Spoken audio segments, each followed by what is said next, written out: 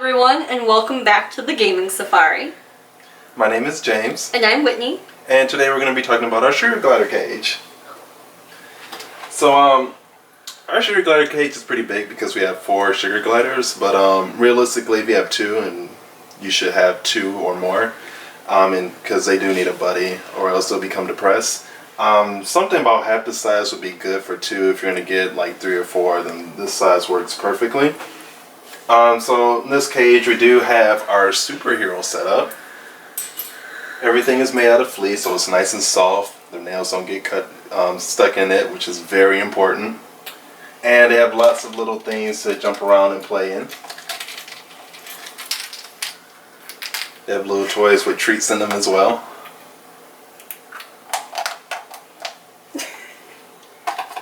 So that's our setup. Whitney's going to go ahead and talk about one of the really important things to have in our cage, which they absolutely love, is the wheel. So yeah, one thing that's really important when you own sugar gliders is having a wheel of some type in the cage. There are just a couple approved wheels for them to use. What we're using right now in our cage is actually the Stealth wheel made by Addict Work, and again we'll put the link to their website in the description. But this is honestly one of the best wheels that you can get for your sugar gliders. Inside, I don't know if you can see it, but it's actually kind of like mesh, and this is so their nails don't get stuck in the wires. It's really, for sugar gliders, it's really not good to use just any type of wheel like for hamsters, gerbils, because you have to remember they aren't hamsters or gerbils. Their needs are a little bit different. These are exotic animals, and kind of the problem with just regular hamster wheels and gerbil wheels is that it's not good for their nails, and also because when they're on the wheel they like to jump in it. They could hurt themselves with wheels like that. They could get caught on something, their fur could get caught on something, and you don't want any accidents to happen with your sugar gliders.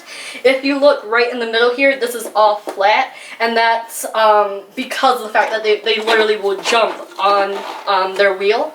If you notice these too, that is actually the Trim Tracks edition that I got on my Stealth wheel, and that is actually to trim their nails. Sugar gliders' nails are a little bit sharp. We'll kind of do a video about that, more care videos a little bit later, but this is just this helps actually to keep their nails a little bit duller. Another thing too, so like James said before, this is our sugar glider cage. And if you notice, one of the most important things that we have are these fleece little jumps for them. We have fleece pouches in here. We have toys for them to jump on, little enrichment toys in here. I would definitely suggest getting these little pom-pom balls for your sugar gliders. Again, no seams showing, completely made out of fleece. They like to just bite on these, carrying them around with them around the cage. They like to chew on all of this stuff, hang from it, they'll jump on it. They like chewing on this little ring that I got for them, and this I just got at like your local pet store. And again, they just love hanging from it and biting on it. It's important that you have some water for your sugar gliders. I would definitely recommend a water dish like this, but any water supplement will do for them. I know some people use bowls, or some people use, the hanging water for them. Again, any type will do as long as there's water in the cage for them at all times. Now, this is really important actually. James actually got this. This is actually how we feed our sugar gliders. We put like a little bowl in here with their meals. Again, diet video will be coming up a little bit later. But this is nice because they can climb in here. It's easy for us to get to it, but honestly, it's really important that you have some type of area for your sugar glider to eat. Sugar gliders are extremely messy, and so this is kind of like our version of what you'll hear around the sugar glider community called a kitchen. And what a kitchen does is not only allow your sugar glider to eat, but it also kind of contains where they eat so they don't throw food everywhere and get their cage messy. Yeah, trust me, it's a lot easier for cleaning. We used to just have them in these little dishes and just set them out, and it's When they eat like toddlers. They will pick up their food, anything that they don't want to eat or can't eat, And they'll just throw it on the ground. They'll either toss it next to them or they'll literally just chuck it, and it will just be all over the place. So, you know, after a few feeding sessions, it'll be really messy in here, but this is a lot easier to clean. As you can see, she showed you. You can take it apart, wipe it down pretty easily. I definitely recommend this. I also put a link in the description on where to get this as well, because I actually didn't even know about this until the place where I got my pouch specifically. They sent me an email about this being 50% off. I was just like, wow, this thing's amazing. It also has a little compartment right here where you can attach it to the wall of the cage. Sugar gliders do like to eat up high as well. It makes them feel safer, so that's something to think about as well. And so, just a couple of things. If you can kind of see our cage, we have quite a few places for them to sleep. Really, like we said before in our first video where you got to meet our sugar gliders are nocturnal, and so they sleep during the day. So, and they normally kind of change where they sleep. I would recommend, if you just have 2 sugar gliders, have at least 2 places for them to sleep. And here we actually have quite a few places for them to sleep. We have a couple of pouches here. They're actually, all of them are in here right now. But we also have this cube here, which they absolutely love. They love going in there. So again, just if you're just looking for a place for sugar gliders, I would recommend the pouch in addition to some type of fleece cube for them. We also have little places for them just to kind of like play on and jump on. We have a couple of corner pouches. I actually got my pouch set off of Etsy. Honestly, if you go on any like Amazon, Etsy, any of those online shopping areas, and just type in sugar glider cage set, there's so many different colors and different ones to choose from. And the normal set, they normally come 6 in a set, and it normally comes with 2 pouches, a couple of corner pouches, as well as like a bridge of some sort, and those little blankets that I showed you in our earlier video as well too. That's kind of like the standard of what you get when you buy a cage set on any of those websites that I mentioned to you.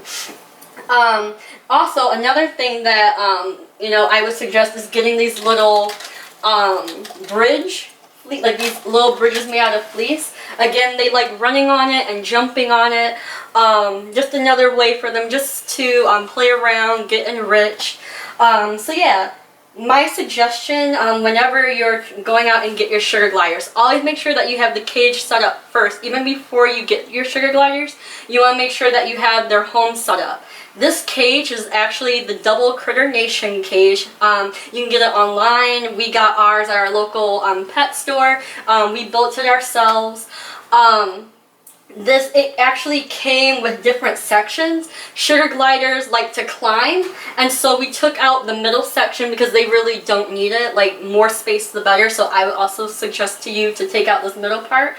It also had a couple of shelves in. We kept one, but we took the other one out just because they're not like mice or anything. They like climbing the walls more than this space. They really just like to be up higher than anything else. So definitely, again, if you're looking for a cage, get something more vertical. Because we have 4 sugar gliders, we have 2 stealth wheels that we got. We have multiple places for them to jump around in and play. We have 2 places where they can get water, 2 places where they can get food. So just make sure whenever you are going out to get your sugar gliders that you have enough stuff for them for how many sugar gliders you get. Yeah, and another thing with the cage setup, if you're gonna get like she said, it would be recommended to get one of these things before you actually get the sugar gliders. And another thing you can do is just like all this stuff is clean when you first get it. Of course, you can just take them on, just kind of like put it in your bed or something when you sleep on, you roll around, whatever. You can get your scent on them. So when you actually get the sugar gliders in there, starting out, they already have your scent in it. And lastly, very important, when you do get your cage, these right here, all these bars, whether they're vertical or horizontal, doesn't really matter. They do need to be ½ inch. Like really no more than this. It allows them to easily climb on here. If you have anything any bigger, they're not going to be able to climb it too easily, and they might even fall. So yeah, that's definitely important. We just thought you'd like to see some of our sugar gliders. This one's Ruby. They love sleeping in their pouch. You can kind of see all of them in there. And again, there's little Ruby for you. So yeah, if you have any questions on you know, sugar gliders or pouches, like I would actually recommend you getting 2 cage sets, just because like you have to clean them every so often. It's just good to, you know, just replace one and have the other one in the wash. But we'll put links to where we got all the stuff in our cage. So yeah, say goodbye everyone. Bye. Have a great day. Thanks everyone. Again, like, subscribe, and more videos to come. Bye. Bye.